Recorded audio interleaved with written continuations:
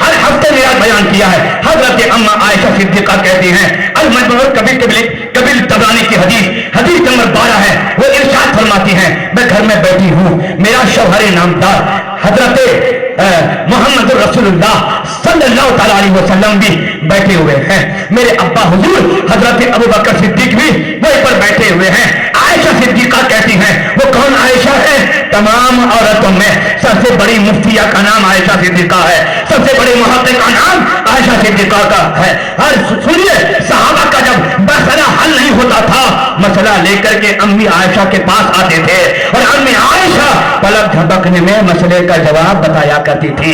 وہ عائشہ کہتی ہیں میں بیٹھی ہوں, حضور بھی بیٹھے ہیں, ابا بھی بیٹھے ہیں, کیا کہتی ہیں تذاکرا رسول اللہ وہ ابو بکر صدیق میلادہما اندی, میرے حضور نے بھی میرے ابا نے بھی اپنا اپنا میلاد میرے سامنے بیان کیا ہے,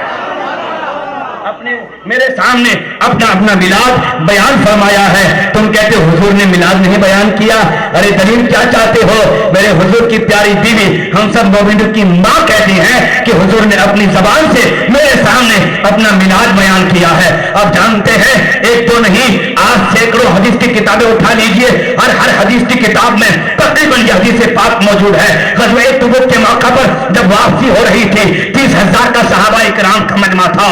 حضرت عباس بن عبد المطلب نبی پاک کا چچا جان جب غنیمت کا مال تقسیم ہو رہا تھا اس محفل میں کھڑے ہوتے ہیں, طلب کرتے ہیں یا رسول اللہ صلی اللہ تعالی علیہ وسلم میرا دل چاہتا ہے میں آپ کی نعت پڑھوں, میرا دل چاہتا ہے میں آپ کی. تو ٹیپو گلی کے مسلمانوں آپ نے یہ محفل منعقد کی, کوئی اگر آپ سے پوچھے تم نے نبی اور غوث کے نام کا جلسہ سجایا, اللہ کے نام کا جلسہ کیوں نہیں سجایا؟ اللہ کی تعریف ہونی چاہیے. میں کہا بے شک ہر جگہ سب سے پہلے اللہ کی تعریف. میں نے تقریر شروع کی تو سب سے پہلے کہا الحمدللہ رب العالمین, سبحان اللہ بھائی ہے نا, والعاقبۃ للمتقین نحمدہ ونصلی ونسلم. بھائی یہ سب ہے کیا؟ اللہ کی تعریف ہے. سبحان اللہ بھائی, تو ہمارا کام تو اللہ کی تعریف کے بغیر شروع ہوتا ہی نہیں ہے. اللہ کی تعریف. تو سنیے حضرت عباس بن عبد المطلب نبی کے سچے چچا نبی سامنے موجود ہیں, کھڑے ہو کے کہتے ہیں یا رسول اللہ میں آپ کی نعت پڑھنا چاہتا ہوں. تو ٹیپو گلی کے مسلمانوں کو دلیل مل گئی سبحان اللہ کہ نبی کی نعت پڑھنا شرک و بدعت نہیں, حضور سے اجازت چاہتے ہیں اور حضور سے بڑھ کر اس زمین میں مفتی بھی کوئی نہیں, کوئی مفتی نہیں, کوئی عالم نہیں اس زمین میں میرے نبی سے بڑھ کر ہے کوئی. تو میرے آقا کیا کہتے ہیں؟ میرے آقا فرماتے ہیں چچا اللہ آپ کے منہ کو سلامت رکھے. میں اسی حدیث سے اخذ کر کے دعا دے رہا ہوں ٹیپو گلی کے مسلمانوں کو اور مدرسہ و مسلح فیضانی غریب نواز کے ذمہ داروں کو, اللہ آپ لوگوں کے منہ کو سلامت رکھے. ہم سب نے سنا, منہ سے بولا, اتنی دیر سے سبحان اللہ کیا کیا نہیں کہا. اللہ ہم سب کے کانوں کو بھی اور ہم سب کے زبانوں کو بھی اللہ سلامت رکھے. آقا کریم فرماتے ہیں اے چچا اللہ آپ کے منہ کو سلامت رکھے. اس کے بعد حضرت عباس بن عبد المطلب عربی میں نبی کی تعریف میں شعر کہنا شروع کر دیتے ہیں. ہم سب کے یہاں پر غالباً استاد نہیں تو بھائی ہمارے استاد کے استاد مرحوم مغفور حضرت علامہ یاسین اختر مصباحی, جانتے ہیں ان کا نام ہے؟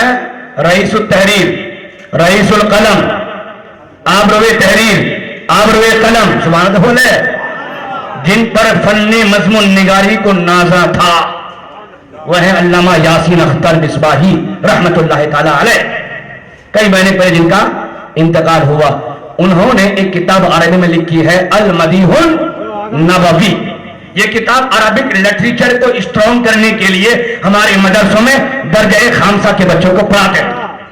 اس میں حضرت عباس نے جو عربی میں اشعار پڑھا تھا وہ سارے اشعار موجود ہیں.